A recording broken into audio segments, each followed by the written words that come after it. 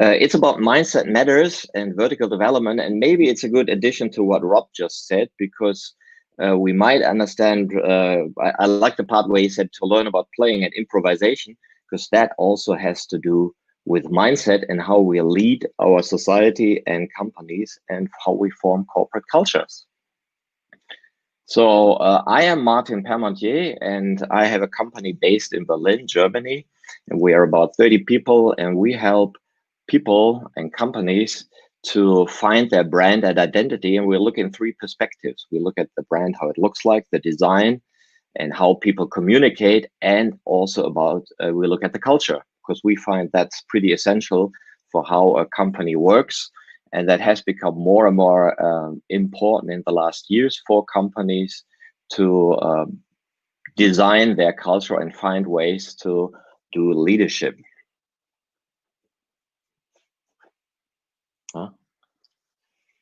And mindset, my assistant says something, but I can't read it. So mindset matters is about vertical development, which is an addition, which is a combination of constructivism and developmental psychology. So it's about maturity and how we form our mindset. So constructivism is a concept that basically life is not something we meet and then we explain it and then we know what it is, but we give meaning to it by by creating abstracts about life, by creating religions, by creating society concepts, and that changes during time.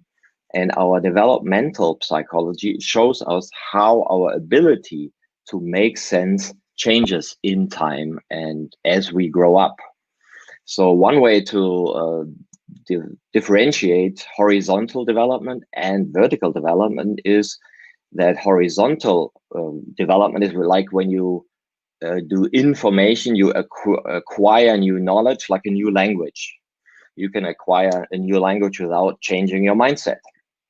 And when you develop yourself, then you change your mindset and you have new ways of explaining yourself and the world around you. So one analogy one can use is like information is putting more and more content into our mind, and vertical development and development would be finding a new container and putting the old content into a new container, and in that way start to form new sense. So what is very important with these concepts, with every developmental concept, is that it's not a normative concept. So it's not something people should do, or you're better or worse if you have that kind of mindset or that kind of mindset. And it's a map for people that are intrinsically motivated for self-development. So it kind of can give you a direction and can help you to form your culture, your team, and understand what you're actually doing with people when you ask them to form their mindset. And in Germany now, it's often popular to ask people to form a more agile mindset, which is usually connected with certain competences. You need to be this and that and that, and then you're more agile, and then you function better in our world. So that's not the kind of development we mean. And the best way to understand this, look at our own biography and have an idea how we changed our mindset during time ourselves. And this goes back to the developmental psychologist Jane Lovinger, who started her work in the 50s and then formed it up to the 70s. And it's called ego development. And ego development shows us how we form our mindset and how we relate to our ego or our I in different stages of our life. And everybody of you who has little kids, like 3, 4, 5-year-old, know that they are more in a self-orientated, impulsive mindset.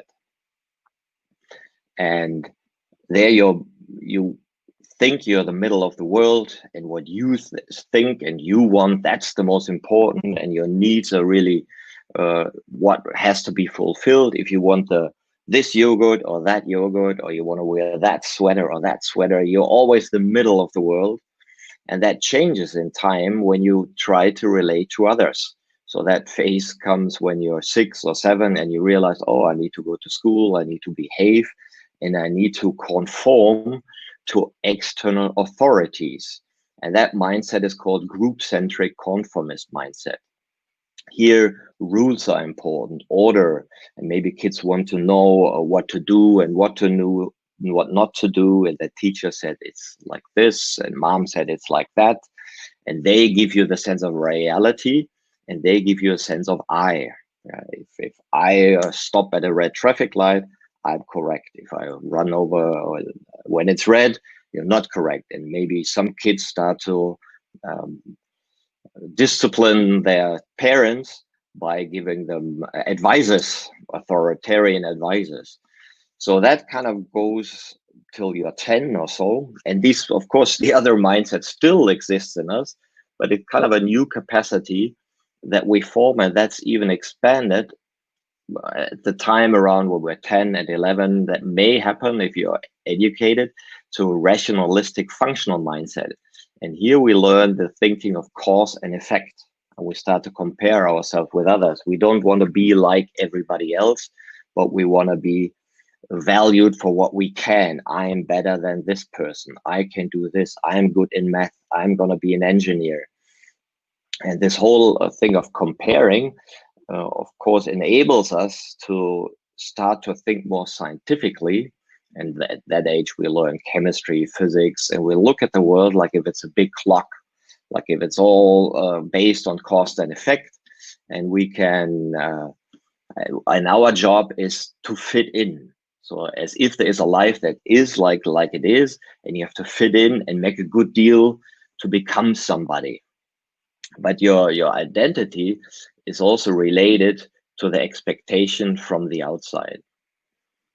And if your development continues, and that differs with people, but some come to this stage or to this new mindset, the self-determining confident mindset in their teenage age, when you know what you want, when you do your thing, when you're not so victimized by life, but you say, okay, I'm going to do what I want. I have my own aims, my own thing that I want, and I do not have to comply to whatever expectations there are from the outside.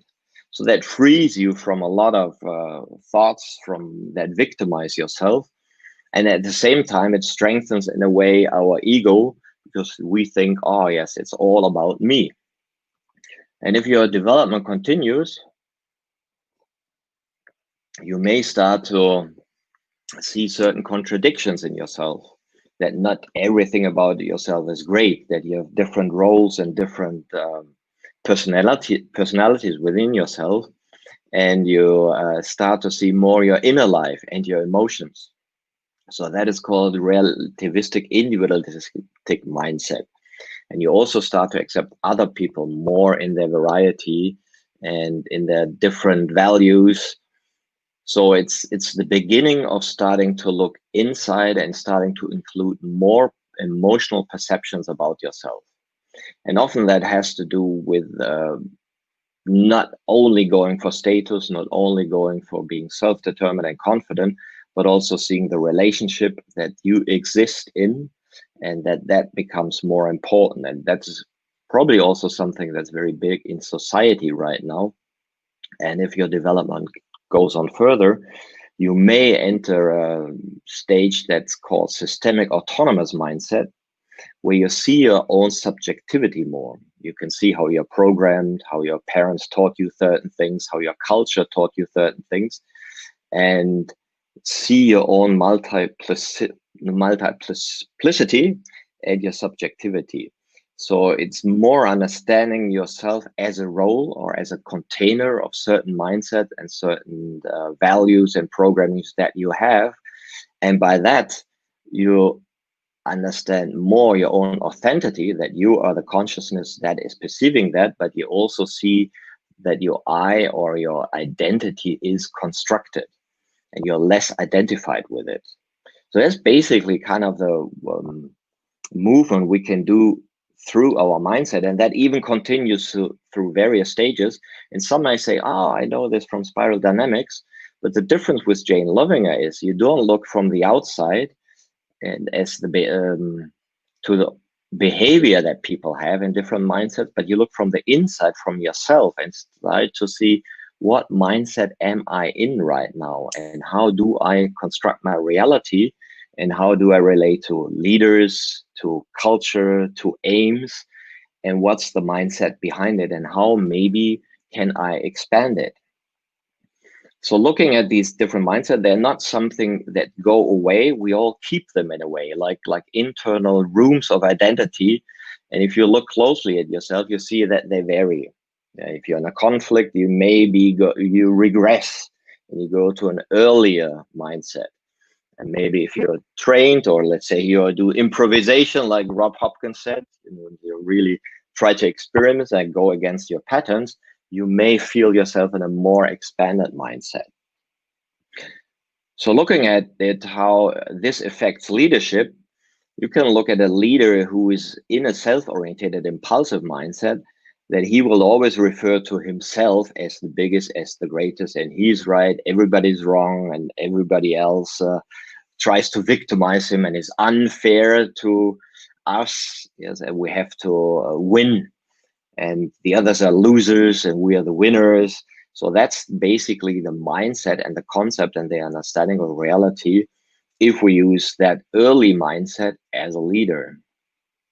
And if we use the group-centric conformist mindset, we create a world where there's a lot of hierarchy and there's right and wrong, and there's maybe a book you have to refer to and every answer is in there. And a lot of companies are structured like that. And if you look at a lot of organigrams of companies, you will find that structure, a big guy on top, and then the others have to obey. So that comes basically from military, because that's where we all learn management from, how you coordinate thousands of people. That's what people learn in military. And if you lead a company in a more expanded mindset, that's often we find that in organizations that do lean management, then everything is about number, it's cause and effect, and it's about efficiency. But this efficiency excludes a lot of things. So it's never really efficiency. It's like fake efficiency. It's like the cheap energy from atomic power. You think, oh, what is cheap about it? You have all the ways to take care of for thousands of years, but it's sold like that in this mindset. And we have a lot of these things now we have to take care about that were created in a rational functional mindset. And at that time we thought, oh, this is really logic. This makes sense. Let's put lead into gasoline and the motors run better. Or let's use a FCKW to cool as a Kool-Aid. But we didn't see that it would affect the ozone hole. So by expanding that mindset in leadership, we come to something that is called empowerment. And this is often the biggest shift that we experience now in the industry and in companies, that people are really were educated also by our universities to run companies in a rationalistic functional mindset. And then you compare people, you value people, or let's say if you have a talk with the employee, you would ask, how is your trust level last year? It has to be better next year. So that was the old style. And now we look more in an organization with a more empowerment perspective. You ask people, what is your strength? What do you really want? What are you good at? And how can we both create a win-win situation to strengthen yourself and strengthen the company at the same time? And a leadership with a relativistic, individualistic mindset includes even more of our perception. And here it's often when you enter the realm of emotional leadership, where you say, oh yeah, okay, we need win-win situation, but we also need to look at the other things. Are we good to the environment? How do you feel? And what are the aspects that we did not see before? Let's say equal rights, women in power, and all these aspects that were not seen in the past are now more visible because our mindset is more expanded. And if we expand it even more and look at our own identity differently, then we can create organizations that work in a systemic autonomous mindset where we all feel empowered, we have access to our emotions, we know our abilities and what we're good at, And on that basis, we can organize ourselves and others and create organizations. And now we see, oh yeah, some things are very obvious, and you use different methods of leading also. Like coercion is in the first mindset, and you will work with tasks. If you have an organization that is group-centric conformist, you say do this, and when you're ready, come back. Or you work a lot with aims, flexible aims, or emotional leadership with values, or systemic leadership with meaning. So everybody kind of knows these aims. Yes, we all need meaning, and we need to have values and work with it. But looking at it more closely, we realize that if the mindset of the leader is not expanded and his habitual mindset is more relativistic, rationalistic and functional, then he will take the idea of values on his level and try to understand it on that level. So we had this one manager who said, oh yeah, let's work on values today, but we need to finish today. And once we have our values, we need to print posters, put them all over our company, and everybody has to follow them. And you think, oh my God, yeah, that's not really working with values. That's kind of a different idea. And because he could not feel it, and he could not imagine himself leading emotionally, because himself, he was not in contact with his emotion and his inner life. So that is something he had to practice more to lead in a different way. And self-development in leadership is, in our opinion, one of the key things if you want to develop an organization. And if you because if they do not develop, then the organization cannot develop. And the model of mindsets is kind of a map where you can differentiate where are we right now with our communication, and where are we with ourselves and our thinking. So if you think, oh gosh, I really don't get it, what does he mean? The easiest way to understand this concept is look at yourself and your relationships. Because in our relationships, we usually experience ourselves in our whole multitude. So we will see different aspects of ourselves, whereas in companies, maybe we only show a certain personality of ourselves.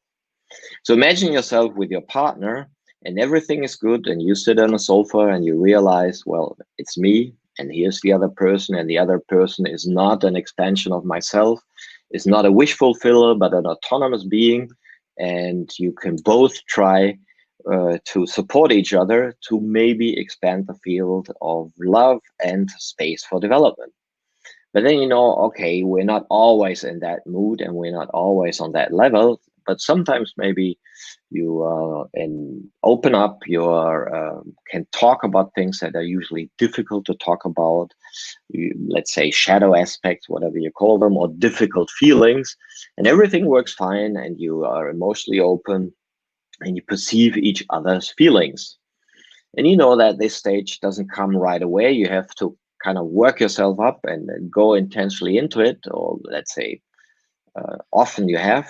And when you come in a conflict, you can see yourself shut down. And if you observe that consciously, you realize that there's also like a feeling, or let's say a feeling in your body that can tell you in which mindset you are. We often say, we become more narrow or more fixated or more, we don't see things left and right. And when we're in a more expanded mindset, we see more of that. So in a self-determining, confident mindset, it's more about yourself. What do I want? What do I need? Yes, and you will have less emotions and talk less emotionally with the others. And if there's, let's say, a fight, and let's say one person says, I want to spend a week with my friends, and you take care of the kids, then maybe you will enter the rationalistic functional mindset, where one person will say, well, last week you did this, and the week before you did that, and a month ago before you did that. So one will have the accounts, and the others probably will have amnesia and say, oh, I can't remember that. That's impossible. Yeah. And the way we interact and talk with this mindset is quite different. It's a different language. Yes, and it's a different words we use. And also we exclude a lot of our perception. And if the fight would continue and we regress more, we can see ourselves entering the group-centric conformist mindset, where we refer to external authorities and we are really dualistic. And recognizing our own dualistic mindset is always easy, because then you have the words never and always. And usually they're never true and always lies. So you regress to a level that is not really rational, that is not logical. Yes? And still you could feel the force in yourself using that mindset and wanting to be right. And we can see that in our relationship, but of course also in society and the way we argue there.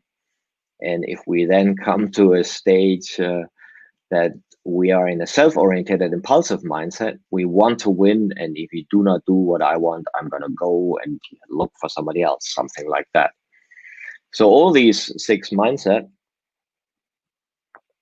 are observable in ourselves, and if we look, maybe we have a habitual mindset and one we are mostly use, and others we may practice through certain exercises or self-development courses and ideas. And one way to differentiate in ourselves these different mindsets is to look at ourselves. What do we have as I as a subject, and what can we see about ourselves?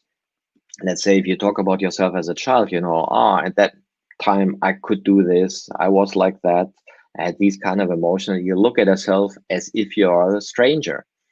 But if you're identified with yourself as in a certain mindset, you can't do that, because you are the I that is giving meaning to the world, and it's kind of not accessible for you at that moment. And so it's easy to see after conflict, what can you say? Oh, I'm sorry about that. That's kind of what you can see as an objective, from an objective perspective. You see, oh yeah, I was like that. But there's a certain part within you that you cannot see as being I, and that changes in time. And one way it changes is the way you are conscious about your thoughts and feelings. So in a self-oriented impulsive mindset, your thoughts and conscious are unconscious to you as thoughts and feelings. You're mostly in the victim role. So you don't really remember what you said yesterday. And your feelings are kind of not accessible. So if somebody asks you, oh, do you regret all the dead people from COVID? You say, oh, what do you mean? I don't get it. Yeah. And in the group-centric conformist mindset, you have suppressed thoughts and feelings. What do the neighbors think? Yes. What do other people think about me? I cannot say this. I cannot feel this. That's kind of a typical criteria to see oneself in that mindset. In a rational functional mindset, one says you can see your thoughts, but you're totally not aware of your feelings. And that's the kind of manager that runs the company by numbers and does not see what this does to the people. So he thinks he's efficient, but basically ruins the culture, and the good people go and some people stay. So that's often observable. And in our experience, the main complaint in companies is that the leaders stick too much to this mindset, and they do not want to see what people actually see and feel, and how they maybe have good ideas to create a better communication. So in a self-determined, confident mindset, we see our thoughts, but only partially are conscious of our feelings. And at that stage, we focus on our good feelings. We want to be happy, we want to be good, and do not see that life also has the other aspects, and they also exist in ourselves. It's kind of the shiny Instagram world where we believe that technical innovation will save us from everything and everything is going to be fine, and do not see what let's say, what the difficult feelings are about ourselves or about the planet. So with entering the relativistic individualistic mindset, we see our thoughts more consciously and our feelings. So some people that work with meditation in companies, they try to strengthen that. Or some people that use a check-in. There's also a nice question where we are with companies. Is it possible here to use a emotional check-in when you start a meeting? And some people say, yeah, of course we do that. And others say, yes, we do that, but it's really cynical because everybody's just saying something he's supposed to say, and it's not really talking about feelings. And others would say, no, it's impossible to talk about this here because everybody agrees that emotions do not belong to the job. So there you can see, okay, which mindset they are in habitually and what their culture emphasizes. And then you can kind of use the map to create positive impulses to expand the mindset. With the systemic autonomous mindset, you are not only conscious of your feelings and emotions, you're more present and you're more aware how you construct reality. And you see it how you do it in different moments, what you refer to. And by that, you become much more flexible in your mind and you can do more things out of the box. So that's some criteria of this mindset that people see is that when you're in that mindset, you can say, oh, maybe things can be totally different. Maybe we do not have to organize life like this. Maybe we do not have to organize our work like this. Maybe we can do it completely different, and it also makes sense. And maybe there's more room for good thoughts and feelings, and that's often not possible in the other earlier mindsets. So looking at yourself as a subject, that becomes smaller. You can see yourself more as an object as you expand your mindset. And one includes the competence of the other. So that's also often a problem when you work with these models. People look at it as if it's were types or personalities. Oh, he's like that. Yeah, that's a red guy. Oh, he's an orange guy. And that's kind of a misunderstanding. It's not about labeling people, but about seeing yourself and seeing how your mind works and using it as a map, and also understanding that it's not a model that somebody invented, but it's somebody that observed certain phenomena and gave an order to these phenomena, and they are observable. And since they are so observable, people understand the map rather quickly. They understand it to the degree of their own development. And that's kind of where it ends. And then you can use it for your further development to have an idea, okay, what's next? Usually it's for us allowing more of our emotional awareness to be active in our life and to talk more about our emotional perceptions about life, basically talk more from the heart. And that kind of gives new perspectives and gives new solution room. So looking at it from a constructive point, this is pretty abstract. The difficulty is you have to explain it with content, but it's not about the content. It's about how the mind works behind the content. So let's say if you look at this map in relationship to complexity, if you're self-orientated, if you're in the self-orientated mindset, there is no complexity. It's my opinion and the others are wrong. Yes, and if you're in the dualistic mindset, it's this or that. Yeah, the right and wrong.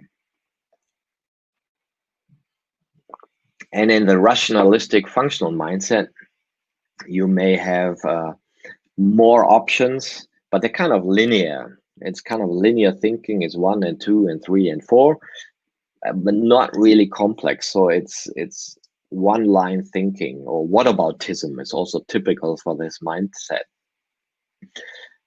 And with self-determined confident mindset, we can see more aspects and create easier win-win situations with others. And so let's say with a relativistic mindset, it's easy to see the variety and diversity of life.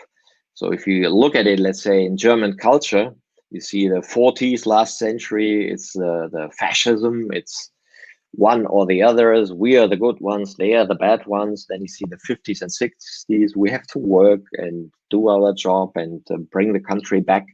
And then you have the 70s and the 68 movement where you say, we want our own lifestyle.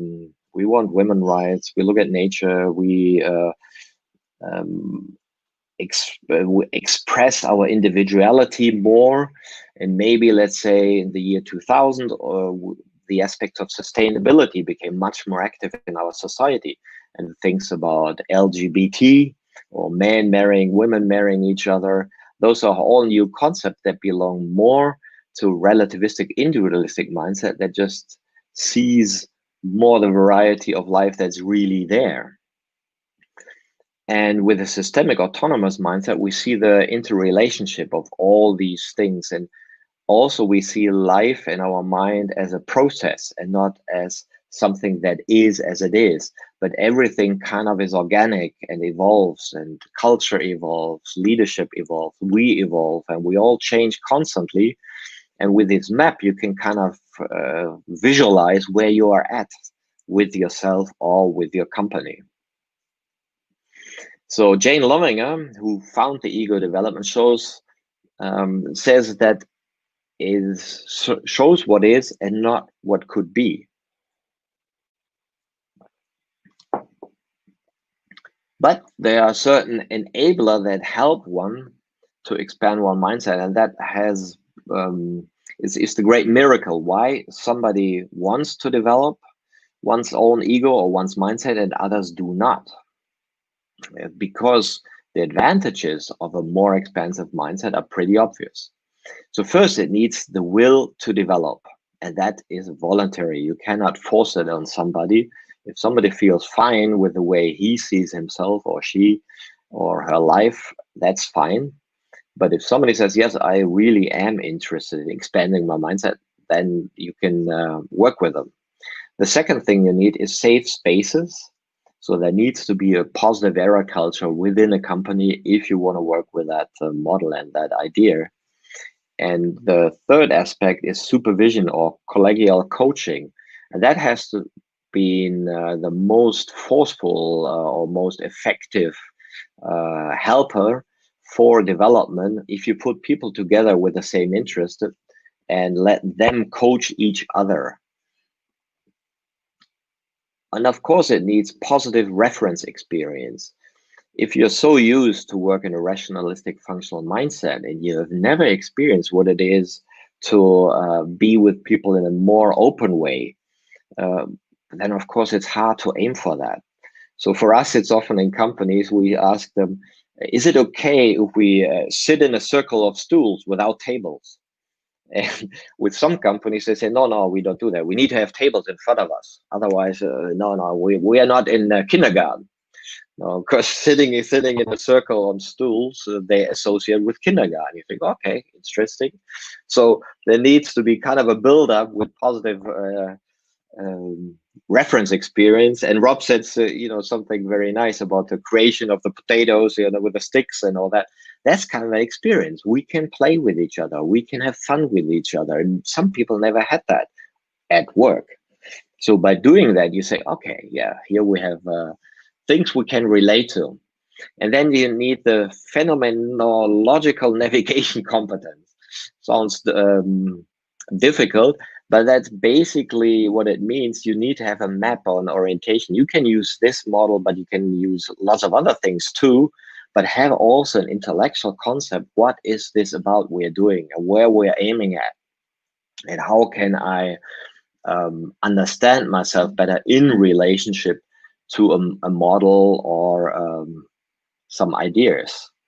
And of course, it needs radical acceptance, which is of course the pill that solves the most, but is the worst, the most difficult to take. The pill of acceptance, because it's when we see a developmental model, everybody wants to be far on the right. Yes, I'm in a systemic autonomous mindset, but most of the time we are not. Maybe we have the ability to go there intentionally because we practice that. But if we observe ourselves during daily life, it's often we will use the earlier mindset with our decisions, which is fine, but sometimes can also cause trouble. So it needs to have the acceptance to be able to really look at yourself. And then what of course happens also during development, certain emotional tensions. We have the old way of explaining life, but we always did it that way. How can this new one be okay? And then you have maybe the positive emotional reference experience, and you think, okay, yes, I know this could be better, but part of me wants to do it the old way.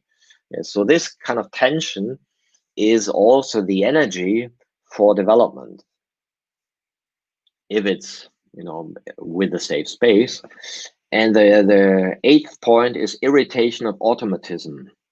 If you do things always the same, of course, your mindset always runs in the same way in your brain. So that can be little things or big things, like using a different way to work every day, or changing certain habits, changing the way you sit with your colleagues. Just do something out of patterns.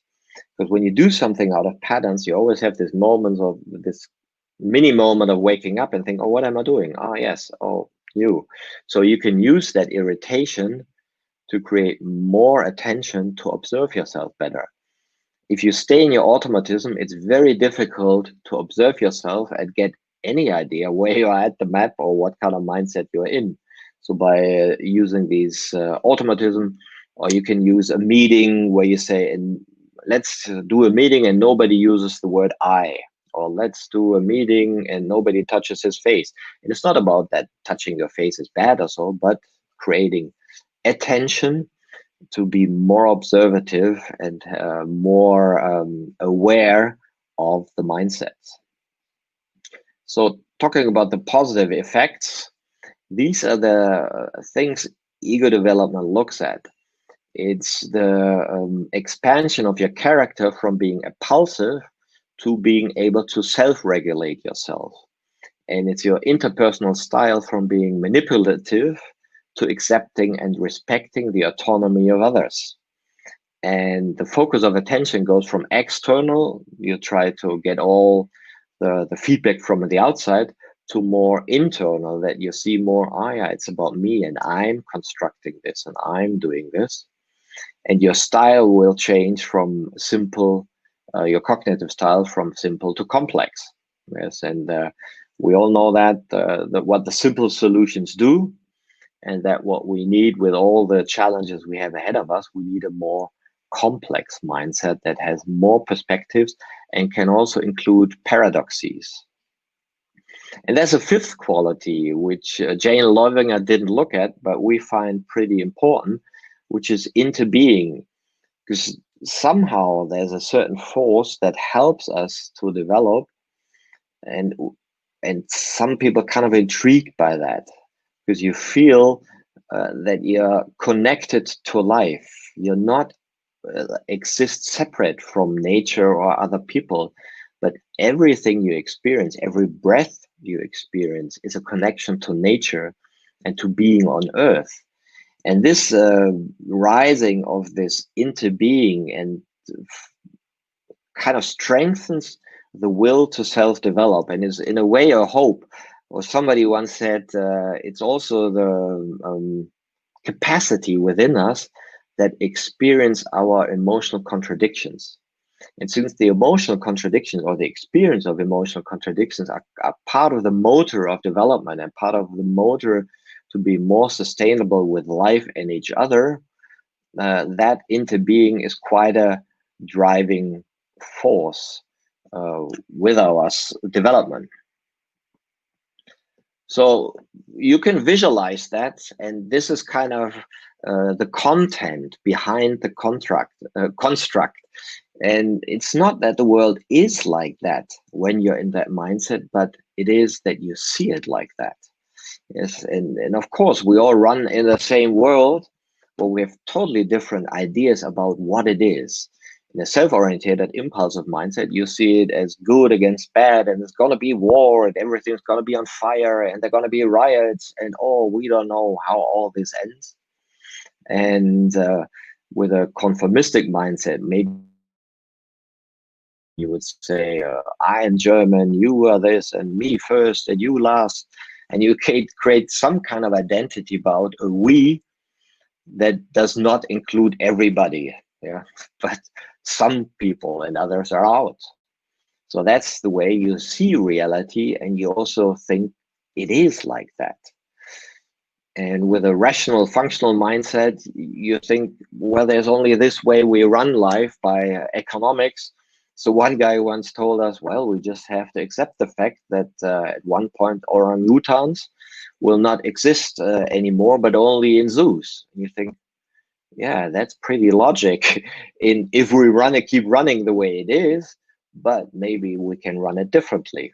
Or you would say, yes, if you want to have cheap meat, we have to run it with mass production of meat the way we're doing it. There's no other way.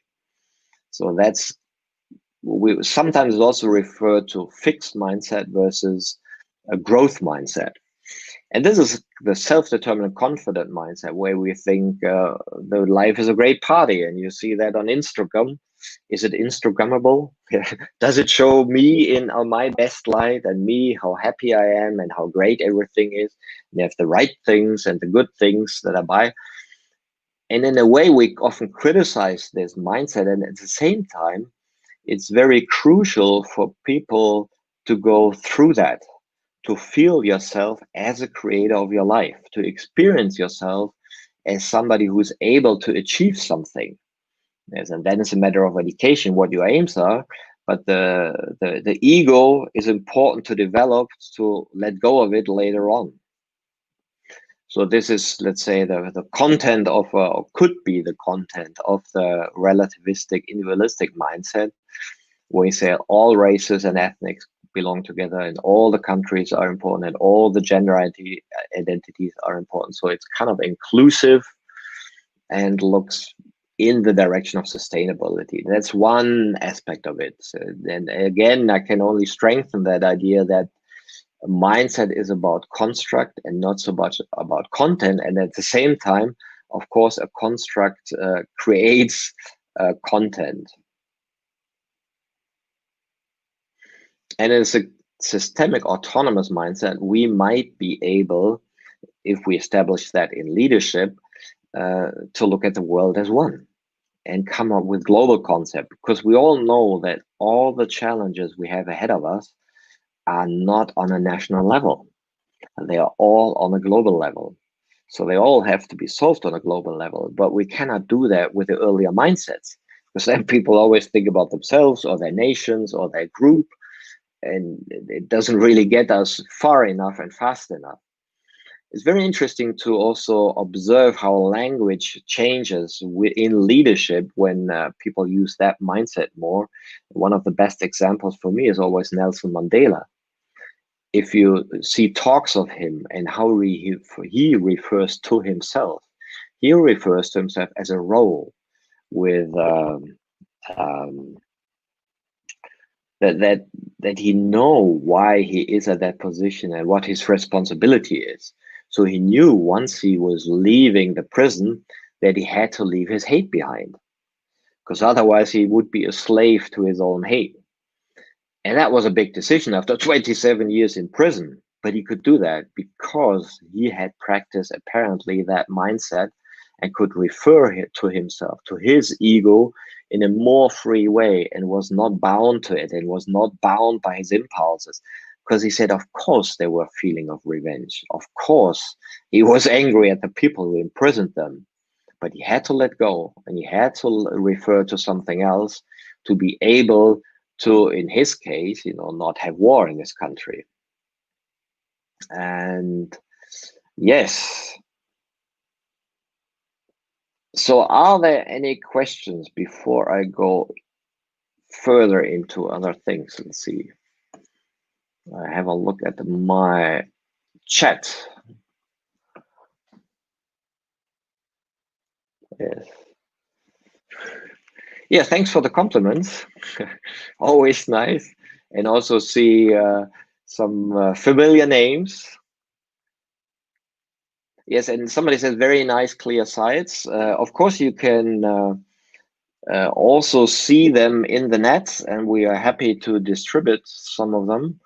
And there's a book about it. we just released it in English the beginning of the week. And let's see, give you that information. So under Mindset Matters, you find, for example, this poster you can download there. And you also find the idea about Mindset Matters in a book that we just published as an ebook.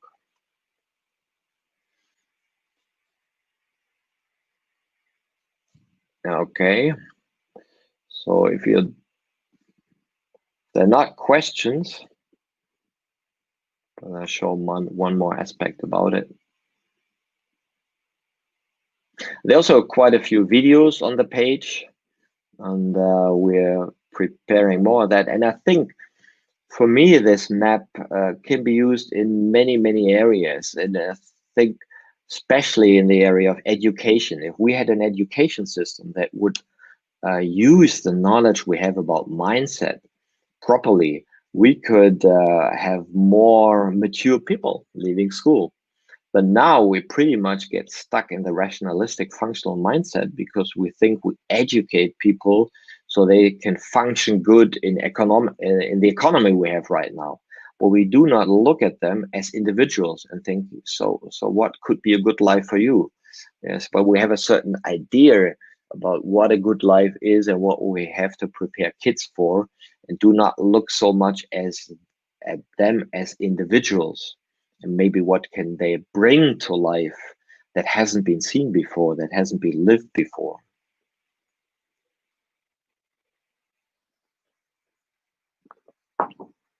It's stuck? Okay, I heard I was stuck for a moment. Okay, I show you one thing, and you may know that from the integral view, which is also pretty valid in this aspect. Because every mindset pretty much thinks his world is the right world. So if you're dualistic and you, let's say, refer to a certain religion, you say, this is how it is, or a certain nation, we are the best. Yes. And here you say, well, it's all about numbers and it's too expensive to take care about climate change. How conscious is this development? Well, I would say certain things happen by itself. Let's say if you're educated by your parents, you usually reach the level of your parents, but you do not go any further. And then you enter a second phase where you find friends and colleagues and people that inspire you, go to university, go to school, go to a job, and another thing happens.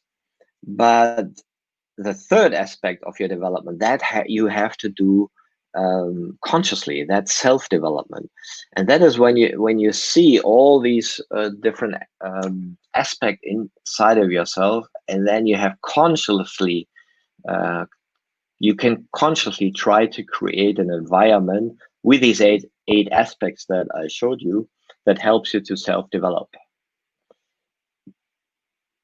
Yes, thanks. Somebody saying he loves the poster. I think the poster is very good because intuitively it shows you something. And also what I like about the work of Jane Levinger, you realize rather quickly, this is not theory. This is something I know and that can easily observe in myself and in life. And that kind of makes it strong. And at the same time, it's difficult often not to take it as a tool. People tend to say, oh yeah, now I have a career model and now I want to go there and let's give me the tools.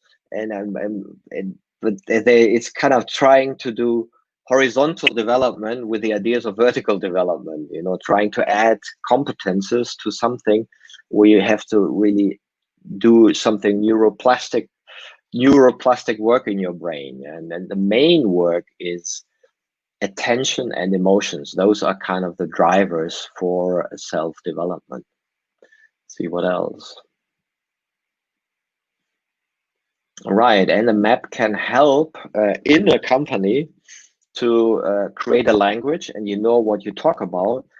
And the risk is always that it ends up in labeling. Oh, he's the blue one. Oh, he's red, or something like that. And the advantage is that maybe you see, let's say, if you look the way you do talks with your employees, and they realize, oh, we do it in a total rationalistic, functional way. We give each other A's and B's and things like that. And you realize, let's stop doing that. And let's change the way we interact on our yearly talk with our employees. Maybe ask them, how do you feel? What kind of, how do you feel as a human when you're here with our company, and how can we help you to strengthen yourself? So you can look at the communications you have, try to see where they would fit in the map, and how can you alter them to more expanded mindset. And usually that frees a lot of energy, because usually people kind of act in the company a little lower than they do at home.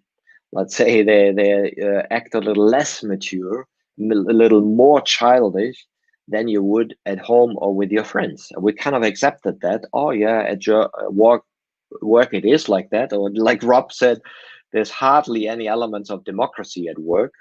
We really are in a feudal system. So there's kind of the king and the ones we have to obey, and all companies run like that. And if you ask people, why do you do that? Yeah, companies have to be like that. There cannot be democracy in a company. And maybe there's also some of the belief sentences we can change.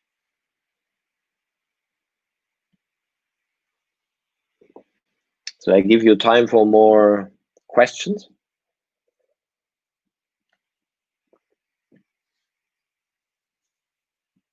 So I'll show you one thing. So if you look at the 4 aspects that maybe you know from the integral view: personality, behavior, culture, and structure, you can look at all aspects and try to see with what mindset have we created them. Yeah? What is our arena we play in? Are we in an arena of hire and fire, and I'm wrong and I'm right and you're wrong? Yeah, are we in a very dualistic arena, and we cannot see more than that? Or do we run everything by numbers and KPIs? Is it about empowerment? Is it about sustainability? Or is it about really going into global responsibility and really do the changes we have to do if we want to save the planet in the long term, and not look at the planet like, yeah, in 80 years, all the resources are gone, and you think, are you crazy? We need to stick here 10,000 years and not 80 more. It's nothing. Yes, and we need to come up with really, really new concept. In reality, it looks often like that. So people feel they cannot live their potential and are not able to go into their power. Do you have any process for teams to identify where they are collectively? Yes, you can. You can find that out, but often it's not so necessary that somebody else tells you, but just reading the map and understanding the map, and then trying to ask yourself, what kind of logic are we using right now? Are we really empowering people, or are we not?